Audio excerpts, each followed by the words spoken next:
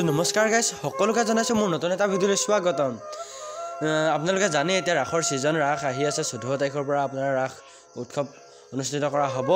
তাকে আজি মই ওলাইছোঁ আপোনাৰ ৰাসৰ বৰ ৰাসলৈ। আজি যিহেতু 12 তাৰিখ আজিৰ পৰা আপোনাৰ বৰ ৰাসৰা হৈছে। তাকে মই আজি ওলাইছোঁ ৰাসৰ বৰ ৰিহাৰ্চললৈ। তাকে আপোনালোককো ভাবিলোঁ আপোনালোককো ভিডিঅ'টো দেখুৱাওঁ কেনেকুৱা হয় আৰু খনামুখ শ্ৰী শংকৰদেৱ কৃষ্টি কলা কেন্দ্ৰত ৰাস মহোৎসৱ কেনেদৰে উদযাপিত কৰিবলৈ লৈছে তাকে আপোনালোকক দেখাবলৈ লৈছোঁ। তাকে এতিয়া মই যাম আপোনালোকক দেখুৱাম কেনেদৰে প্ৰস্তুতি চলাইছে আজি বৰাখৰা ভাগি আৰু ৰাসতো মই বাৰু কিবা এটা গাইছোঁ আপোনালোকক দেখুৱাম সময়ত আপোনালোকে গম পাব কি গাইছোঁ। তাকে ব'লক আমি ভিডিঅ'টোৰ মাজলৈ আগবাঢ়ি যাওঁ। তো গাইছ আমি আপোনাৰ খনামুখৰ শ্ৰীমন্ত শংকৰদেৱ কৃষ্টি কলা কেন্দ্ৰৰ ৰাস মহোৎসৱৰ প্ৰাংগণ পালোহি। চাওক কিমান সুন্দৰকৈ তাত পংখালয়ৰ দৃশ্য চলি আছে। আপোনালোককো দেখাবলৈ চেষ্টা কৰিছোঁ। চাওক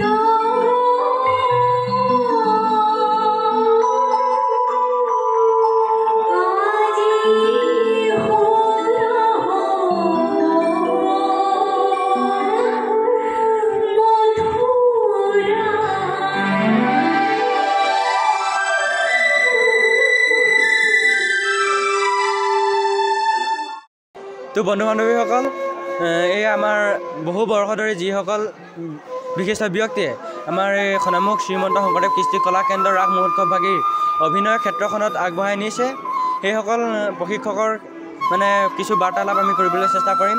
কেনেদৰে খনামুখ শ্ৰীমন্ত শংকৰদেৱ কৃষ্টি কলা কেন্দ্ৰৰ এই ৰাস মহোৎসৱ ভাগি উদযাপন কৰিবলৈ লৈছে আমি জানিবলৈ চেষ্টা কৰিম। আমাৰ ৰাস উৎসৱ ভাগি আমাৰ যোৱা বছৰ 70তম আছিলে, আমাৰ হীৰক জয়ন্তী আছিল, কিন্তু এইবাৰ 71তম ৰাস আমি উদযাপন কৰিবলৈ লৈছোঁ। ইয়াত আমি বহু কষ্টৰে আমাৰ অঞ্চলৰ বহুখিনি দৰিদ্ৰ তথা বাকী ভাল অৱস্থাপূৰ্ণ মানুহৰ পৰা আমি কম পৰিমাণে হ'লেও কিছু অৰ্থ সংগ্ৰহ কৰি আমি ৰাস উৎসৱ ভাগি উদযাপন কৰিবলৈ বিচাৰিছোঁ। বৰ্তমান আমাৰ এতিয়া পূৰ্ণগতিত অখৰা চলি আছে। আজি আমাৰ শিশুলীলাৰ বৰ অখৰা, অহা কালিলৈ আমাৰ হ'ব মহাৰাস আৰু শংখপথৰ বৰ অখৰা। আমি এতিয়ালৈকে যিমানখিনি শিল্পীক আমি ইয়াত অংশগ্ৰহণ কৰিবলৈ দিয়া হৈছে সকলোখিনি আমাৰ স্থানীয় শিল্পী। তেখেতলোকে আমি শিকোৱা মতে যথেষ্টখিনি পাৰদৰ্শিতা তেখেতলোকে আমাক দেখুৱাব পাৰিছে। আমি ভাবিছোঁ এই বছৰ আমাৰ এই 71তম ৰাস উৎসৱ ভাগি আমাৰ যোৱা বছৰতকৈ বহুত উন্নত হ'ব বুলি আমি আশা ৰাখিছোঁ। ধন্যবাদ। মই চিনাকিটো কৰি দিছোঁ। এজন হৈছে আমি বৰ্তা বুলি মাতোঁ, অজিত বৰ্তা। বহুত বছৰ ধৰি আমি সৰুৰ পৰাই ৰাস কৰি আহিছোঁ ইয়াত। সৰুৰ পৰাই আমাক ৰাসৰ ক্ষেত্ৰত বহুত আগবঢ়াই নিছে এওঁ। তাৰপিছত এয়া হৈছে আমি দাই বুলি মাতোঁ আমাৰ বিপিন দাই। এওঁ ভাওনা জগতখনতো আৰু ৰাসৰ ক্ষেত্ৰখনতো বহুত আগবঢ়া এজন বিশিষ্ট ব্যক্তি। তেওঁৰ পৰা আমি কিছু বাৰ্তালাপ কৰিবলৈ চেষ্টা কৰিম। ধন্যবাদ। আমি বৰ্তমান 71 সংখ্যক বৰ্ষত বুলি উপস্থিত হৈছোঁহি। আমাৰ খুব ভাল লাগে। আচলতে আমাৰ বৰ পিছপৰা অঞ্চল আমি খনামুখ অঞ্চলটি। প্ৰায় 14-15খন গাঁৱৰ সমষ্টি আমাৰ শ্ৰীমন্ত শংকৰদেৱ কলাকৃষ্টি কেন্দ্ৰটি। এই 14-15খন গাঁৱত যিখিনি শিল্পী আমাৰ আছে সেইখিনি যিখিনি আমাৰ ধৰক সুপ্ত প্ৰতিভা, এই সুপ্ত প্ৰতিভাখিনি জাগ্ৰত কৰি আমাৰ ৰাইজৰ আগত চিনাকি দিয়াটোৱে আমাৰ একমাত্ৰ উদ্দেশ্য বুলি আমি ভাবোঁ। বৰ্তমান সত্ৰীয়া আৰু শংকৰী নৃত্যৰ আধাৰত আমাৰ আখৰা চলি আছে। আমি গুৰুজনাৰ আদৰ্শৰে এই আমাৰ ৰাসভাগি আমি আগবঢ়াই লৈ গৈ আছোঁ আৰু সুপ্ত প্ৰতিভাখিনি শিশুসকলৰ জাগ্ৰত কৰাৰ প্ৰচেষ্টাৰে আমি নানান কষ্ট কৰি আগবাঢ়ি আহিছোঁ। ধন্যবাদ। ধন্যবাদ জনাইছোঁ। তাৰপিছত আমাৰ কাষত আছে দিগন্ত বৰ্তা, আমি বৰ্তা বুলি মাতোঁ এওঁকো। এওঁ ক'ব আমাৰ এই ৰাস মহোৎসৱ ভাগি কিমান দিনলৈ আৰু এনেদৰে কিমান দিনলৈ আপোনালোক থকালৈকে কিমান দিনলৈকে এনেকৈ চলি থাকিব? ধন্যবাদ। আচলতে আমি এইবাৰ 71তম ৰাসত আমি এইবাৰ সম্পূৰ্ণ কলা কৌশলী শিল্পী সকলোখিনি আমাৰ স্থানীয় 14খন গাঁৱৰ লগ লাগি একেলগে আমি এই অনুষ্ঠানভাগ আজি বহুত দিনৰ পৰা আমি উদযাপন কৰি আহিছোঁ। বিশেষভাৱে এইবাৰ 71তম ৰাস মহোৎসৱ ভাগিত আমাৰ সম্পূৰ্ণ 14খন গাঁৱৰ শিল্পী একলগ হৈ আমি ৰাস ভাগ উদযাপন কৰিবলৈ লৈছোঁ। খুব কম সংখ্যক কম সময়ৰ ভিতৰত, অৰ্থাৎ কম সময়ত এইকাৰণে কৈছোঁ, আমি কম সময়ৰ ভিতৰত এটা সিদ্ধান্ত গ্ৰহণ কৰি এইবাৰ যাতে আমাৰ বাহিৰৰ পৰা অৰ্থাৎ কোনো ধৰণৰ শিল্পীয়ে আমাৰ ইয়াত এইবাৰ মানে অভিনয় কৰিবলৈ অহা নাই। আমি সৰু একদম চেমনীয়া শিল্পীৰ পৰা আৰু একেবাৰে আমাৰ বয়োজ্যেষ্ঠ শিল্পীলৈকে আমাৰ এইবাৰ ৰাসভাগত আমি স্থান দিছোঁ, যাতে আমাৰ ৰাসভাগ অৰ্থাৎ আমাৰ খনামুখ অঞ্চলভাগেই যাতে ৰাস মহোৎসৱে আমাৰ এটা ভাল স্থান পায়। আৰু আমি যিহেতু আমাৰ ডিষ্ট্ৰিক্ট বুলি নহয়, আমাৰ ৰাসৰ লগত জড়িত যিমানবিলাক অঞ্চল আছে সকলোৱে যাতে আমাৰ পৰা এটা বাৰ্তা পায় যে খনামুখ অঞ্চলো এই ক্ষেত্ৰত পিছ পৰি থকা অঞ্চল নহয়। যিহেতু আমাৰ শিল্পী কলা কৌশলীৰ অভাৱ নাই, কিন্তু আমি কিছুমান ক্ষেত্ৰত কিছু ক্ষেত্ৰত আমি অসুবিধা পাওঁ, যিবিলাক অসুবিধাৰ আমি নিজেই তাৰ কাৰণে আমি নিজেই আমি ষ্টেণ্ডিং দিছোঁ, এইটো যাতে আমি সুচাৰুৰূপে ৰাসভাগ হ'ব বুলি আমাৰ একদম দৃঢ় প্ৰতিজ্ঞ। আৰু প্ৰতিজন শিল্পী আমাৰ সৰু যিবিলাক শিল্পী আছে তেওঁলোকেও বহুত চেষ্টাৰে আৰু আমাৰ যিজন আমাৰ বিশেষকৈ এই অঞ্চলৰ আজি প্ৰায় 30-40 বছৰ ধৰি একেৰাহে তেখেতে আমাৰ ৰাসভাগীত নিজৰ শ্ৰমদান বুলি ক'ব লাগিব, কোনো ধৰণৰ পাৰিতোষিক কোনো ধৰণৰ একো নিবিচাৰে। তেওঁ যিটো ত্যাগ, সেইটো আমি আচৰিত ধৰণৰ, যিটো আমাৰ হয়তো ভৱিষ্যত প্ৰজন্মই কেনেদৰে ধৰি ৰাখিব পাৰে আমি সেইটো কিন্তু বিচাৰ্য বিষয়। আমি যেতিয়ালৈকে জীয়াই থাকিম ভাবিছোঁ যে তেখেতক আমি আমাৰ অন্তৰেৰে সন্মান জনাওঁ, যিহেতু তেওঁ আমাৰ ৰাসভাগৰ গতি এটা তেওঁ দেখুৱাই থৈ গৈছে। আৰু ভৱিষ্যতেও আমাৰ প্ৰজন্মসকলকো আমি সেই কথাটো এইদৰে আমি জনাব বিচাৰিছোঁ, যাতে তেওঁলোকে এই জ্যেষ্ঠসকলক সন্মান কৰি যাতে আগবাঢ়ি যায়। আৰু বিশেষনো কি ক'ম, ক'বলগীয়া ঢেৰ থাকে, কিন্তু আমি বৰ সুখী দুখীৰ অৱস্থাৰে হ'লেও আমি আগবাঢ়ি গৈছোঁ। আৰু ভৱিষ্যত যাতে আমাৰ এই অনুষ্ঠানভাগী আৰু উজ্জ্বল হয় তাৰ কামনাৰে আমি সভাপতি হিচাপে এইবাৰ উদযাপন সমিতিৰ সভাপতি হিচাপে মোৰ ক'বলগীয়া ইমানেই। ধন্যবাদ। এইবাৰ বৃহত্তৰ খনামুখ অঞ্চলৰ ৰাস মহোৎসৱভাগী বৰ্তা হৈছে আমাৰ সভাপতি, তাকে আপোনালোকক সাংস্কৃতিক বিভাগৰ সভাপতি, তাকে আপোনালোকক আৰু দেখাবলৈ চেষ্টা কৰিম। আৰু এই আগন্তুক 14-15 তাৰিখে আমাৰ ৰাস মহোৎসৱ উদযাপন কৰিবলৈ লৈছে। আপোনালোকক ৰাস মহোৎসৱৰ কিছু দৃশ্যাংশ প্ৰেৰণ কৰিম, আপোনালোকে নিশ্চয় ভাল পাব। আৰু আপোনালোকক কি দেখাবলৈ পাৰোঁ চেষ্টা কৰোঁ। আজিলৈ আমাৰ এই পডকাষ্টৰ বাৰ্তালাপ অনুষ্ঠান ইমানতে সামৰণি মাৰিছোঁ।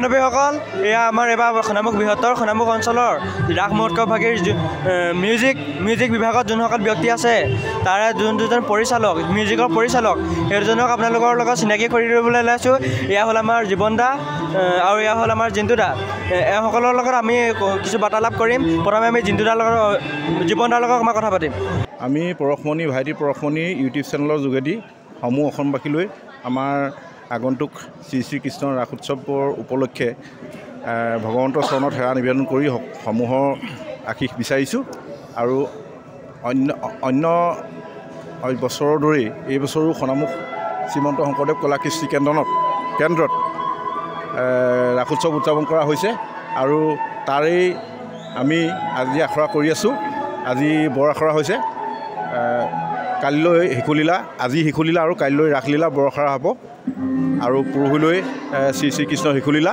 আৰু তাৰ পাছদিনা ৰাসলীলা হ'ব আৰু তাৰ বাবে আমি সমূহ বাদ্যযন্ত্ৰী শিল্পী কলা কৌশলী সকলো তৰফৰ পৰা তোমালোকলৈ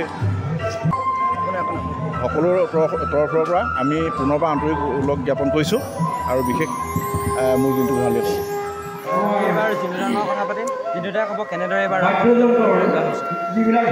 জয় জয় তোমালৈ মোৰ আন্তৰিক অভিনন্দন জ্ঞাপন কৰিলোঁ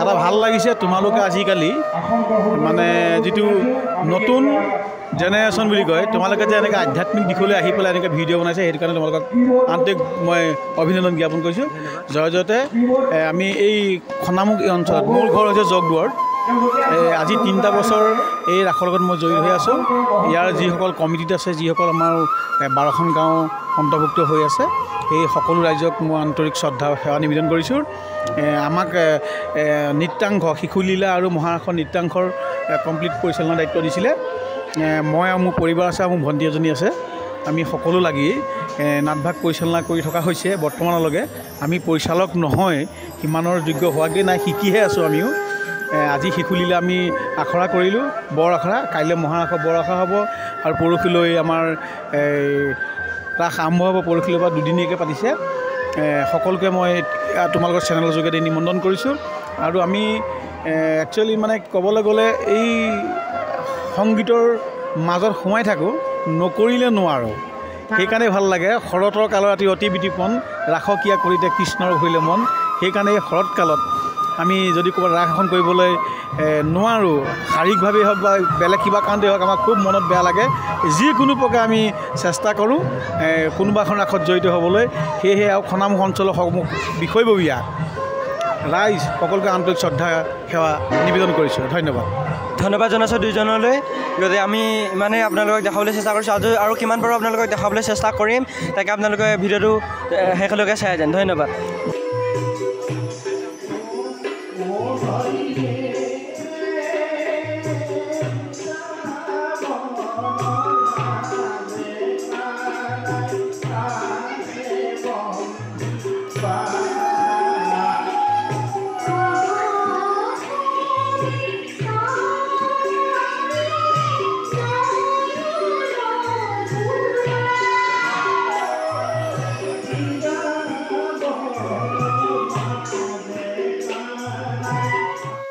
বহুত ধন্যবাদ দৰ্শকবৃন্দ ভিডিঅ'টো ইমান ডখৰলৈকে চাই ভিডিঅ'টিত সহায় সহযোগিতা কৰাৰ বাবে সকলোকে বহুত ধন্যবাদ জনাইছোঁ আৰু সকলো দৰ্শকবৃন্দলৈ শৰৎকালৰ অতি বিতোপন ৰাস মহোৎসৱৰ আন্তৰিক শুভেচ্ছা জ্ঞাপন কৰিছোঁ মোৰ ইউটিউব চেনেলৰ পৰা আন্তৰিক শুভেচ্ছা জ্ঞাপন কৰিছোঁ আৰু এনেদৰে মোৰ ইউটিউব চেনেলৰ লগত জড়িত হৈ মোৰ ভিডিঅ' মোৰ আপডেটবিলাক চাই আপোনালোকে মোক সহায় সহযোগিতা কৰি আগবঢ়াই নিয়ে যেন তাৰে কামনা কৰি আপোনালোকক বেলেগ এটা ভিডিঅ'ত আকৌ লগ পোৱাৰ আশাৰে আজি মই আপোনালোকৰ পৰা বিদায় লৈছোঁ ধন্যবাদ